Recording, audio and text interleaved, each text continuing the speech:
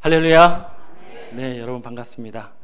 오늘도 이 아침에 달려오신 여러분들께 하나님께서 말씀으로 새 힘을 주시고 우리의 나아갈 바를 확실하게 깨닫는 그 은혜로 함께하여 주실 줄로 믿습니다. 네, 감사합니다. 오늘 허락하신 하나님 말씀은 우리 마태복음 말씀 보도록 하겠습니다.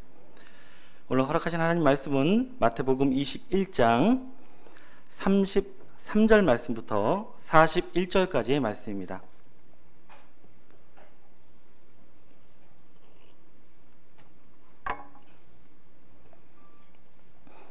네, 오늘 허락하신 하나님 말씀 마태복음 21장 33절 말씀 다 찾으신 줄로 믿고 봉독해 올리도록 하겠습니다. 다시 한 비유를 들으라. 한 집 주인이 포도원을 만들고 사늘로 두르고 거기 집자는 구유를 파고 망대를 짓고 농부들에게 새로 주고 타국에 갔더니 실과 때가 가까우매 그 실과를 받으려고 자기 종들을 농부들에게 보내니 농부들이 종들을 잡아 하나는 심히 때리고 하나는 죽이고 하나는 돌로 쳤거늘 다시 다른 종들을 처음보다 많이 보내니 저희에게도 그렇게 하였는지라. 후에 자기 아들을 보내며 가로되 저희가 내 아들을 공경하리라 하였더니 농부들이 그 아들을 보고 서로 말하되 이는 상속자니 자 죽이고 그의 유업을 차지하자 하고 이에 잡아 포도원 밖에 내어 쫓아 죽였느니라. 그러면 포도원 주인이 올 때에 이 농부들을 어떻게 하겠느뇨?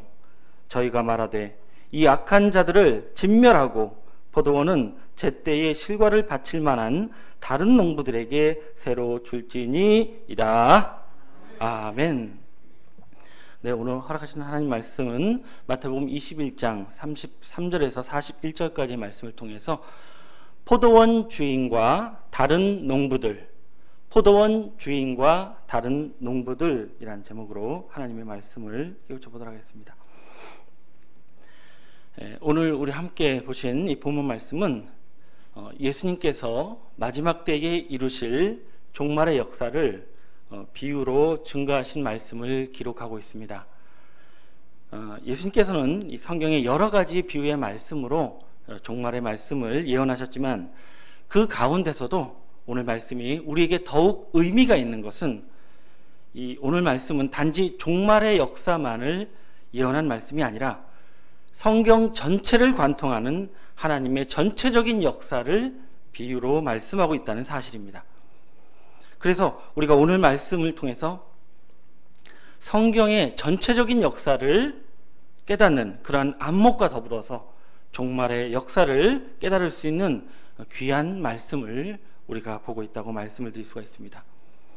그러면 과연 예수님께서는 우리에게 어떠한 종말의 안목을 주시기 위해서 이 비유의 말씀을 주셨는지 이 시간 이 말씀 우리가 잘 깨달아서 하나님께서 종말에 이루실 성경의 전체적인 성경의 역사는 무엇이며 마지막 때를 살아가는 우리가 반드시 알고 깨달아야 되는 이 종말의 진실은 무엇인지 우리가 깊이 이해함으로 말미암아 이제 장래를 내다보고 미래를 준비할 수 있는 지혜로운 하나님의 백성들로 나타나시길 간절히 원합니다. 네, 오늘 본문 말씀 우리 마태복음 21장에는 예수님께서 이제 십자가를 수일 앞두시고 마지막으로 성전 안에 들어가셔서 백성들에게 말씀을 가르치실 때의 일을 기록하고 있습니다.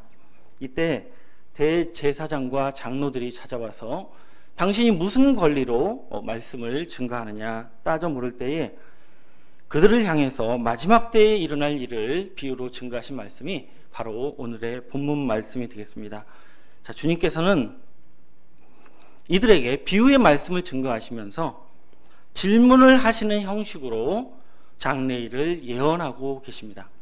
그러니까 어떤 상황을 비유로 먼저 설명하신 이후에 그 이후에 나타날 결과를 그들에게 질문을 던짐으로써 그들이 스스로 답변하기를 유도하신 그래서 하나님의 마지막 역사가 무엇인지를 증거하신 아주 독특한 비유의 말씀을 기록하고 있습니다. 자, 과연 어떠한 역사를 빗대어서 장래의 역사를 증거하셨는지, 자, 본문을 읽어가면서 자세히 살펴보도록 하겠습니다. 마태복음 21장 우리 33절 말씀 보겠습니다. 다시 한 비유를 들으라. 한 집 주인이 포도원을 만들고 사늘로 두르고 거기 즙자는 구유를 파고 망대를 짓고 농부들에게 새로 주고 타국에 갔더니 라고 말씀하고 계십니다. 자, 예수님께서 비유하시기를 한 집 주인이 무엇을 만들어요? 포도원을 만든다는 이야기로 말씀을 시작하고 계십니다. 여기서 포도원을 만드시는 이 한 집 주인은 누구를 말씀하시는 것이냐? 우리 잘 아시는 요한복음 15장 1절 말씀해 보시면은 예수님께서 내가 참 포도나무요 내 아버지는 그 농부라 라고 말씀하셔서 예수님께서 참 포도나무가 되시고 이 참 포도나무로 포도원을 만드시는 농부는 하나님을 비유했기 때문에 오늘 말씀 가운데 나오는 이 포도원을 만든 한 집 주인은 바로 우리 하나님을 상징한 줄로 믿습니다. 자, 그러면 하나님이 만드시는 이 포도원은 또 무엇을 상징했느냐? 우리 이사야서 5장 7절 말씀 보겠습니다. 이사야서 5장 7절 말씀해 보시면은 포도원에 대해서 성경은 뭐라고 말씀하셨느냐? 7절입니다. 대저 만군의 여호와의 포도원은 이스라엘 무엇이요? 족속이요. 그 기뻐하는 나무는 유다 사람이라 라고 말씀하고 있습니다. 자, 하나님의 포도원은 바로 하나님께서 사랑으로 돌보시던 당신의 백성 이스라엘 족속이라고 말씀하고 있는데, 여기서 말씀하고 있는 이스라엘 족속은 저 중동 지방에 살고 있는 저 이스라엘 민족을 가리켜 말씀하신 것이 아니라 우리 호세아서 10장 1절 말씀해 보시면은 이스라엘은 열매 맺는 무성한 무엇이요? 포도나무라 라고 말씀하고 있기 때문에 바로 참 포도나무는 우리 예수님이시기 때문에 참 포도나무의 열매가 되는 그 열매라고 말씀할 수 있는 이 땅에 많은 예수 믿는 자들이 바로 성경에서 말씀하고 있는 영적인 포도원이라는 것을 알기를 원합니다.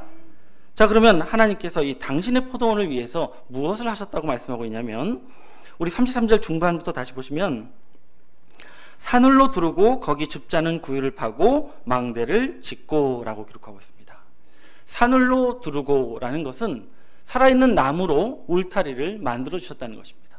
또 열매가 열리면 그 즙을 짤 수 있는 구유도 만들었고, 또한 망대를 만들어서 이 포도원을 안전하게 지킬 수 있는 모든 것을 다 이루어 놓으셨다고 말씀하고 있습니다.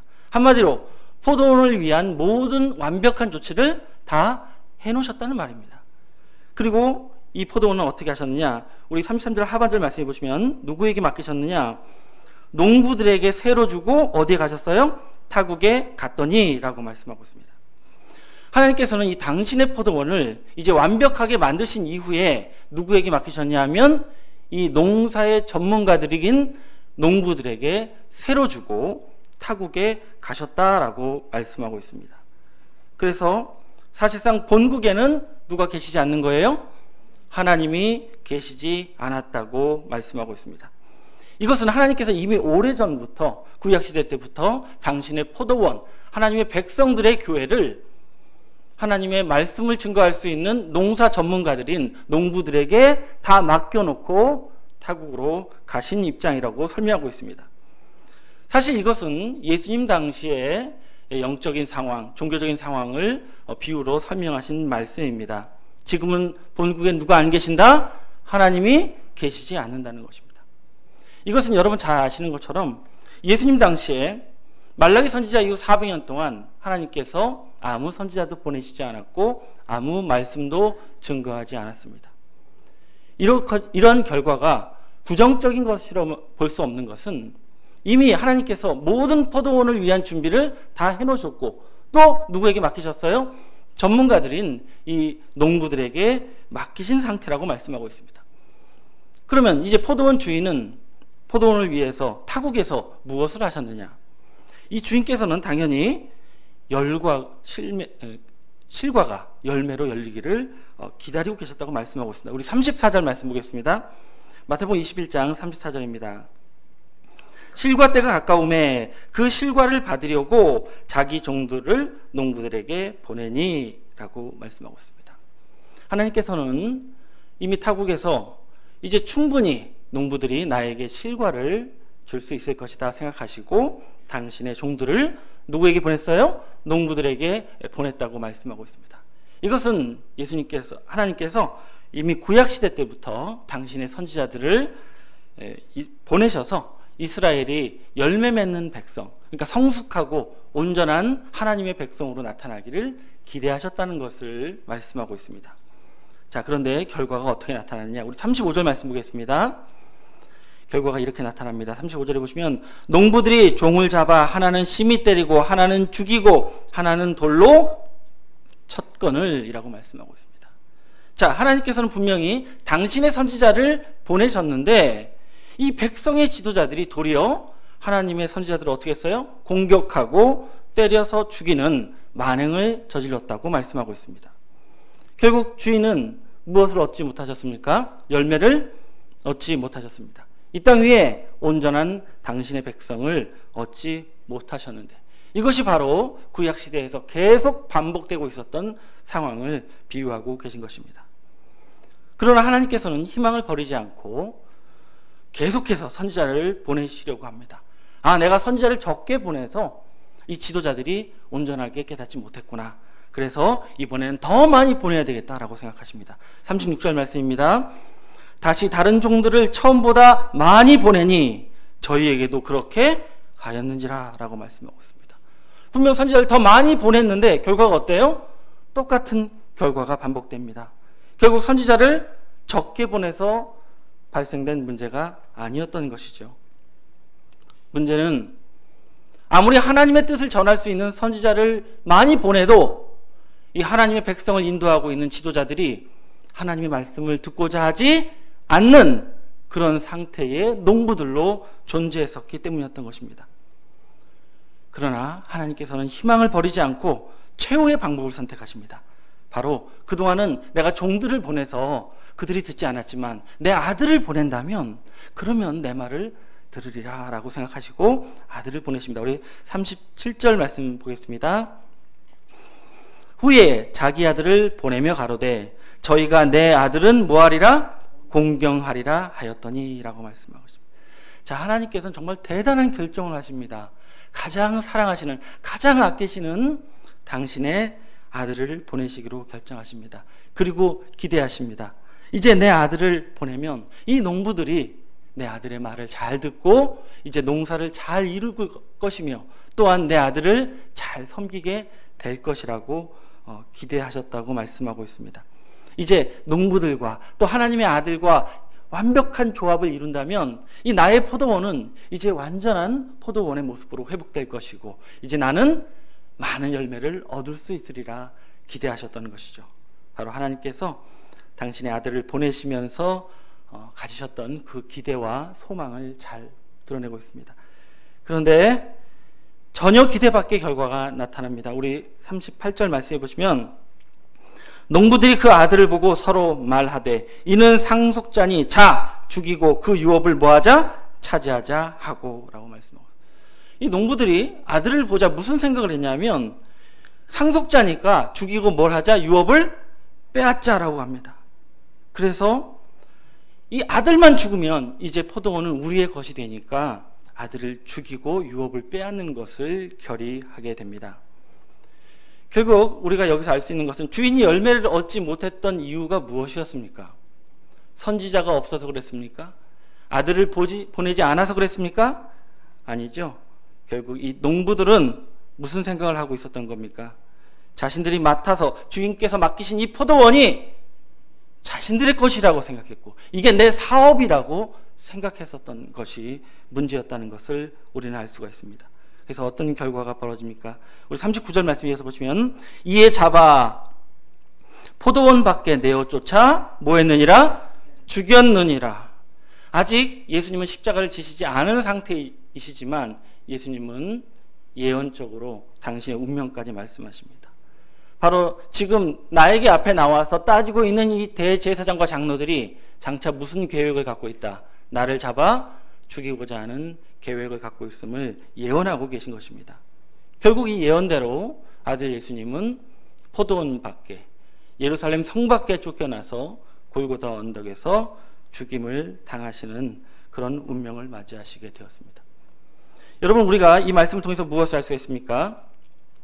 구약시대 때부터 나타났던 그 많은 선지자들의 희생과 아직 이루어지진 않았지만 이제 곧 며칠 뒤면 십자가를 지고 운명하실 예수님의 죽음은 결코 우연이 아니라는 것입니다. 무엇입니까? 이미 하나님의 역사 가운데 나타날 수밖에 없었던 필연적인 섭리라는 것을 알 수가 있는 줄로 믿습니다. 그러니까 우발적으로 농부들이 화가 나서 종들을 죽이거나 아들을 내어 쫓아 죽인 것이 아니라 하나님 섭리 앞에 반드시 나타날 수밖에 없었던 하나님의 역사였다는 필연적인 과정이었다는 것을 깨닫기를 원합니다. 그러면 이어서 나타나야 되는 필연적인 과정은 무엇이냐?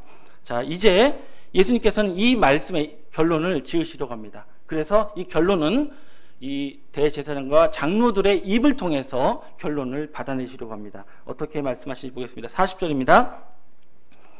그러면 포도원 주인이 올 때에 이 농부들을 어떻게 하겠느뇨? 라고 질문하십니다.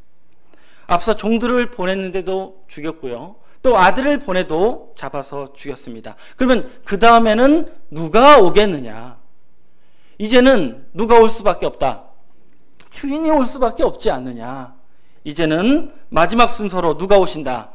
포도원 주인이 오실 것을 말씀하고 있는 줄로 믿습니다. 여러분, 이 말씀은 이 땅의 믿는 자들에게 굉장히 중요한 사실을 알려주고 계십니다. 이 땅의 모든 믿는 자들이 예수께서 승천하셨으니 이제 곧 누가 오시리라, 예수께서 다시 오시리라 믿고 생각하고 있습니다. 그러나 예수님은 분명 오늘 뭐라고 말씀하십니까? 누가 오신다고 말씀하고 있습니까? 포도원 주인이 오신다고 말씀하고 있습니다. 결국 다시 오시는 재림주는 누가 오시는 거예요? 포도원 주인이 오실 줄로 믿습니다. 포도원 주인은 누구십니까? 하나님이 오신다는 약속의 말씀인 줄로 믿습니다. 그러면 포도원 주인이 오신다는 것은 우리에게 무엇을 말씀하고 있습니까? 포도원 주인이 오신다. 포도원 주인은 어떻게 우리에게 나타나셨습니까? 우리 요한복음 1장 1절 말씀해 보시면 우리 포도원 주인 되신 하나님에 대해서 이렇게 말씀하고 있습니다. 태초에 말씀이 계시니라. 이 말씀이 하나님과 함께 계셨으니 이 말씀은 곧 누구시라? 하나님이시라. 바로 하나님은 말씀으로 우리에게 오시는 줄로 믿습니다. 결국 포도원 주인이 오신다는 것은 우리에게 누가 임하신다는 거예요? 하나님의 말씀이 임하실 것을 약속하신 말씀인 것입니다. 그러면 예수님의 질문의 요지는 무엇입니까? 우리 질문 다시 보시면 40절 말씀 다시 보시면 그러면 포도원 주인이 올 때에 이 농부들을 어떻게 하겠느뇨? 라고 질문하고 계신 것입니다. 이제는 누가 올 수밖에 없어요? 포도원 주인이 올 수밖에 없는데 이 포도원 주인이 오시면 그러면 지금까지 이 포도원을 맡고 있던 이 농부들은 어떻게 될 것 같으냐라고 질문을 하신 것이고 이 질문에 대한 답변을 하는 것이 이제 다음 41절 말씀이 되겠습니다. 이제 마이크가 누구에게로 넘어간 거예요? 대제사장과 장로들에게 넘어갔습니다. 그들이 뭐라고 답변하는지 41절 말씀 보겠습니다. 41절 보시면 저희가 말하되 이 악한 자들을 뭐하고? 진멸하고 포도원은 제때의 실과를 바칠 만한 다른 농부들에게 새로 줄지니이다 라고 대답을 하게 됩니다. 이 대제사장과 장로들이 예수님의 말씀을 쭉 듣고 보니까 아주 괘씸하거든요. 이 악한 농부들, 제가 포도원 주인이었다면 제가 와서 다 뭐 할 거예요? 다 죽여 진멸할 거예요. 그리고 포도원은 이제 제때의 실과를 바칠 만한 다른 농부들에게 다시 임대를 해서 새로 줄 것입니다 라고 대답을 하게 됩니다. 사실 뭐 특별한 대답은 아니죠. 누구나 할 수 있는 당연한 대답입니다. 근데 사실은 이 진멸당할 대상이 누구입니까? 지금 대답하고 있는 자신들인지는 깨닫지 못하고 있는 것입니다. 여러분, 우리가 이 말씀에서 깨달아야 될 것은 무엇이냐면 지금 포도원 주인은 마지막 때에 오실 것입니다. 마지막 때 이 포도원 주인이 오시는 세상 끝날에는 이 하나님의 포도원을 누가 차지하고 있기로 작정되어 있느냐? 반드시 어떤 농부들이? 악한 농부들이 장악하고 있을 것이 예정되어 있다는 것입니다. 그럴 가능성이 있다는 가능성을 말씀하신 거예요? 아니면 반드시 그렇게 될 거라는 필연적인 역사를 말씀하고 있습니까? 예, 반드시 나타날 필연적인 사실을 말씀하고 있는 줄로 믿습니다. 여러분, 마지막 때 하나님의 포도원, 이 땅의 많은 교회들은 안타까운 이야기지만 반드시 누가 장악해요? 악한 농부들의 포도원으로 나타날 것을 예수님이 알려주고 계신 줄로 믿습니다. 더욱 종말이 가까우면 가까울수록 악한 자들의 포도원으로 발견될 것이라는 것입니다. 이 악한 농부들 때문에요, 마리아는 반드시 좋지 않은 결과를 나타낼 것이라고 예수님이 이미 예언하셨습니다. 우리 마태복음 24장 37절에서 39절까지 말씀 보겠습니다.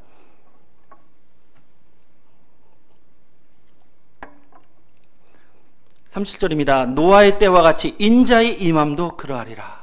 주님 다시 오시는 세상 끝이 노아의 때와 같을 것인데 어떤 일이 벌어지느냐. 38절에 홍수전에 노아가 방주에 들어가던 날까지 사람들이 먹고 마시고 장가들고 시집가고 있으면서 홍수가 나서 저희를 다 멸하기까지 뭐하지 못하였나니 깨닫지 못하였으니 인자의 임함도 이와 같으리라 라고 말씀하고 있습니다. 포도원 주인이 오시는 세상 끝날, 왜 많은 자들이 죽기까지 뭐하지 못해요? 깨닫지 못하다가 멸망당하느냐? 그것은 바로 이 땅의 많은 포도원을, 이 하나님의 교회를 바로 악한 농부들의 소유가 되어 있었고, 그들이 하나님의 백성을 하나님의 뜻 가운데로 인도하지 못했기 때문에 이러한 참극이 벌어질 수밖에 없다고 주님이 말씀하고 계신 줄로 믿습니다. 여러분, 예수님이 이 땅에 오신 이후에 이 하나님의 포도원이 참된 선지자의 포도원이 되거나 아들 예수 그리스도의 포도원으로 나타나는 것이 아니라는 사실입니다. 마지막 때까지 누가 장악하고 누가 버티고 있는 거예요? 악한 농부들이 차지하고 악한 농부의 포도원으로만 존재할 것이라는 것입니다. 만약 예수님 이후에, 예수님이 보내신 사도들 이후에 이 포도원이 개선되고 또 악한 농부들은 다 나가고 선한 농부들의 포도원이 된다면 누가 오실 필요가 없어요? 포도원 주인이 올 필요가 없습니다. 그러나 성경은 분명 정의하기를 누가 오신다? 포도원 주인이 오신다고 하신 것은 이제 마지막 때에는 반드시 이 포도원을 하나님께서 되찾는 역사를 이루실 것을 예정하고 있다는 것을 알기를 원합니다. 자, 그러면 포도원 주인이 오시면, 이제 말씀이 오시면 무엇을 행하실 것인가? 우리 41절 말씀 다시 보겠습니다. 41절에 보시면 이 악한 자들을 뭐하고? 진멸하고. 자, 하나님의 말씀, 진리의 말씀이 이 땅에 오셔서 마지막 때에 가장 먼저 하시는 것은 이 악한 농부들을 심판하실 것이라고 말씀하고 있습니다. 이미 말씀으로 뭐 하시는 거예요? 심판은 끝난 것이에요. 심판에 대하여라 함은 저희가 이미 무엇을 받았느니라? 심판을 받았느니라. 바로 진리의 성령이 오시면 심판은 끝난 거예요. 오신 것 자체가 이미 심판은 끝난 것입니다. 그러면 이제 포도원은 어떡합니까? 자, 포도원 보겠습니다. 41절 다시 이어서 보시면 포도원은 제때의 실과를 바칠 만한 다른 농부에게 새로 줄지니이다 라고 말씀하고 있습니다. 이제 제때에, 이 마지막 때에 하나님이 원하시는 그 열매를 거둬들일 수 있는 다른 누구에게? 농부에게 새로 맡긴다고 약속하고 있는 줄로 믿습니다. 여러분, 이 다른 농부가 등장하는 것에 주목해 주시기 바랍니다. 이 최종적인 하나님의 역사는 누구를 통해서 귀결되기로 작정되어 있느냐? 누구를 통해서? 다른 농부를 통해서 완성하시고자 하시는 줄로 믿습니다. 여러분, 다른 농부, 뭐가 다릅니까? 뭐가 다르나요? 예, 기존의 농부하고 다르고 그 기존 농부들의 세력에 속하지 아니한 그 다른 말씀, 기존의 말씀이 아닌 새로운 말씀을 가지고 새로운 사역으로 나타날 다른 농부가 출현할 것을 약속하고 계신 줄로 믿습니다. 단언컨대 종말의 역사는 누구의 역사다? 다른 농부의 역사인 줄로 믿습니다. 자, 그러면 주님께서 이 다른 농부들의 이 역할에 대해서, 그들의 정체성에 대해서 뭐라고 말씀하셨는지 우리 본문 말씀 43절 넘어가서 보겠습니다. 마태복음 21장 43절입니다. 그러므로 내가 너희에게 이르노니 하나님의 나라를 너희는 빼앗기고 그 나라의 열매 맺는 백성이 받으리라 라고 말씀하고 있습니다. 여러분, 마지막 때는요, 기존의 농부들이 하나님의 나라를 맡고 있었던 게 맞습니다. 맞지만 그동안 수고하고 애쓴 거 알겠지만 하나님의 섭리 가운데 마지막 때에는 그 나라는 너희는 뭐하고? 반드시 기존 농부들에게서 빼앗기고 누가 받습니까? 그 나라의 열매 맺는 다른 백성, 열매를 맺는 다른 농부들이 받게 될 것을 이미 하나님은 결정하고 계시다는 것을 알기를 원합니다. 결국 이 포도원을 새로 맡김을 받을 자들은 무엇을 맺는 백성입니까? 열매를 맺는 백성입니다. 종말에는 이 열매 맺는 백성들만이 바로 이 다른 농부로 나타나게 될 것을 성경은 알려주고 계신 줄로 믿습니다. 자, 그럼 다른 농부들 무슨 열매를 맺는 자들이겠습니까? 열매를 맺으니 당연히 누구에게 속한 거예요? 나무에게 속한 자들입니다. 이들의 본체되는 나무 되시는 분은 바로 우리 예수님입니다. 그럼 우리 본체 되신 예수님은 도대체 무슨 나무였습니까? 무슨 나무였습니까? 자, 우리 예수님이 어떤 나무였는지 요한복음 1장 14절 말씀으로 확인해 보겠습니다. 자, 예수님이 어떤 나무셨느냐? 14절에 보시면 말씀이 육신이 되어 우리 가운데 거하심에 우리가 그 영광을 보니 아버지 독생자의 영광이요 은혜와 진리가 충만하더라 라고 말씀하고 있습니다. 자, 본래 우리 주님은 무엇이 육신이 되신 분이에요? 말씀이 육신이 되신 바로 말씀의 나무이신 줄로 믿습니다. 결국 그 나무를 통해서, 예수의 나무를 통해서 열매된 이 다른 농부들은 무엇을 열매 맺겠습니까? 반드시 말씀의 열매를 맺는 자들인 줄로 믿습니다. 여러분, 말씀의 열매가 있다면, 저와 여러분이 말씀의 열매를 맺은 자들이면 우리 안에 뭐가 있어야 돼요? 하나님의 말씀이 있어야 되죠. 신앙을 오랫동안 해왔고 교육을 많이 받았는데 작은 메시지 하나, 작은 하나님의 뜻 하나 온전히 말씀을 전하지 못하고 성경을 열어서 증거하지 못하면 어떻게 열매 맺은 자라고 말할 수 있겠습니까? 우리가 알고 있는, 깨닫고 있는 모든 것을 우리가 성경을 열어서 다른 이에게 전할 수 있는 자가 되었을 때 우리는 열매 맺은 다른 농부로 나타날 수가 있는 줄로 믿습니다. 종말에는 이 열매 맺은 다른 농부들 통해서 하나님의 추수가 이루어진다는 것을 깨닫기를 원합니다. 자, 이렇게 다른 농부를 통해서 천국의 백성들을 추수하실 것이 하나님의 농사의 정의라고 이미 예수님께서 밝히셨습니다. 우리 그 말씀을 보겠습니다. 요한복음 4장 35절 말씀 보겠습니다. 요한복음 4장 35절입니다. 너희가 넉 달이 지나야 추수할 때가 이르겠다 하지 아니하느냐? 내가 너희에게 이르노니 눈을 들어 밭을 보라, 희어져 추수하게 되었도다 라고 말씀하고 있습니다. 지금 이 말씀에 보시면 예수님께서 추수 때에 일어날 그 추수의 역사를 설명하고 계십니다. 그런데 이때 예수님의 제자들이 뭐라고 말했냐면, 주님, 넉 달이 지나야 추수 때가 이르겠습니다 라고 말하고 있거든요. 결국 이때의 시간상으로 생각해 보면 한 10월쯤에 추수를 한다면 지금 넉 달이 지나야 추수 때가 될 것 같다고 하신 그 시점은 한 6월 정도가 되는 것입니다. 아직 초여름입니다. 사실은 이제 모내기 정도만 끝냈을 그런 상황인데 지금 예수님은 뭐라고 말씀하십니까? 눈을 들어 어디를 보라? 밭을 보라. 희어져 뭐하게 되었도다? 추수하게 되었도다 라고 말씀하고 있습니다. 결국 지금 증거하시는 추수의 역사는 실상적인 농사의 추수가 아니라 바로 하나님께서 이루실 마지막 때의 영적인 추수, 종말의 추수의 역사를 설명하고 계신 줄로 믿습니다. 자, 그러면 주님이 정의하신 마지막 때에 있을 추수의 역사 어떻게 나타나야만 하는가? 우리 36절 말씀 보겠습니다. 36절 보시면 거두는 자가 이미 삭도 받고 영생에 이르는 열매를 모으나니 이는 뿌리는 자와 거두는 자가 함께 즐거워하게 하려 함이니라 라고 말씀하고 있습니다. 자, 마지막 때 세상 끝에 이를 추수의 역사는 누가 한다고 말씀하고 있습니까? 거두는 자가 영생에 이르는 열매를 모으는 역사라고 말씀하고 있습니다. 결국 이 영생의 열매를 모으는 이 거두는 자는 누구냐? 오늘 본문 말씀 가운데 등장했던 제때의 실과를 바칠 만한 누구? 네, 다른 농부를 상징하고 있다는 것을 알기를 원합니다.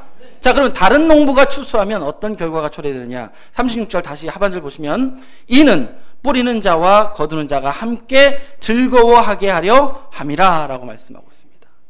다른 농부가 추수하게 되면 어떤 일이 벌어지느냐? 이는 뿌리는 자 그리고 거두는 자가 함께 같이 즐거워하는 결과를 나타내게 하려 함이라고 말씀한 줄로 믿습니다. 자, 그럼 뿌리는 자는 누구십니까? 뿌리는 자는 우리 마태복음 13장 37절 말씀해 보시면 대답하여 가라사대 좋은 씨를 뿌리는 이는 인자요 라고 말씀하셨기 때문에 이 좋은 씨를 뿌리신 이는 인자 대신 예수님이기 때문에 이 다른 농부가 추수할 때가 되면은 뿌리신 예수님과 거두는 이 다른 농부들이 어떻게 하는 섭리? 함께 즐거워하는 섭리가 이루어지게 될 줄로 믿습니다. 이것이 바로 하나님의 추수의 역사입니다. 뿌리는 자 예수님과 거두는 자가 함께 즐거워해야 이것이 하나님의 추수의 완성인 줄로 믿습니다. 여러분, 이 말씀대로라면 예수님은요 지금 보좌 우편에 앉으신 이후에 즐거운 적이 없으세요. 왜냐하면 뿌리는 자랑 누구가 있어야 즐거워요? 거두는 자가 있어야, 거두는 자가 열매를 바쳐야 즐거운데, 신랑은 신부가 있어야 즐거운데 2000년째 혼자 우두커니 아직도 이 다른 농부가 나타나기를 기다리고 계시다는 사실을 알기를 원합니다. 그러나 지금 오늘날 이 땅을 차지하고 있는, 오늘날 교회들을 다스리고 있는 기존의 농부들은 함께 즐거워할 준비가 되어 있는 자들이 아닙니다. 왜 그렇게 단정짓느냐? 여러분, 우리가 진리의 말씀을 아무리 증거해도 그 말씀을 성경대로 인정하거나 그것을 들으려 하는 자들이 없습니다. 여전히 자신들의 권리와 자신들의 교리만을 주장하고 있는 그 자들은 여전히 어떤 농부일 수밖에 없습니까? 악한 농부로 나타날 수밖에 없다는 것을 알기를 원합니다. 그러면 결국 주님이 와도 또 뭐 할 거예요? 또 죽이려고 들 거예요. 무슨 이유를 대서라도, 무슨 명분을 만들어서라도 또 주님을 죽이려 들 것이기 때문에 이제 아들 안 보내십니다. 누가 오십니까? 예, 포도원 주인이 오실 수밖에 없다는 것을 알기를 원합니다. 그래서 종말의 구원의 역사는 반드시 누가 나타나야 됩니까? 다른 농부들을 통해서 완성되는 것이 하나님의 정의라는 것을 알기를 원합니다. 자, 이것을 정의하신 말씀이 바로 37절 말씀입니다. 우리 37절 말씀 다 같이 한번 읽어보겠습니다. 요한복음 4장 37절입니다. 다 같이 읽겠습니다. 시작. 그런즉 한 사람이 심고 다른 사람이 거둔다 하는 말이 아멘. 여러분, 세상 농사는 뿌리고 가꾸고 노력한 자가 거두는 게 옳은 일입니다. 그러나 하나님의 농사는 한 사람 예수가 심으시고 다른 농부들을 통해서 추수되는 것이 바로 옳은 역사인 줄로 믿습니다.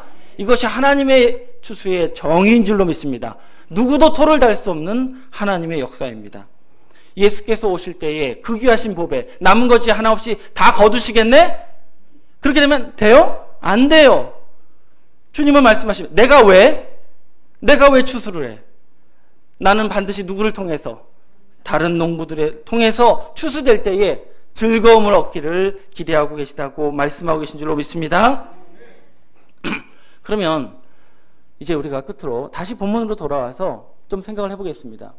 여러분, 이미 구약시대 때부터 그래왔고 또 2000년 전에도 하나님의 포도원은 누구 차지였습니까? 악한 농부들의 것이었습니다. 그러면 종들이 와도 죽였던 것처럼 예수님이 와봤자 또 뭐 할 거예요? 또 죽일 준비가 되어 있는 자들입니다.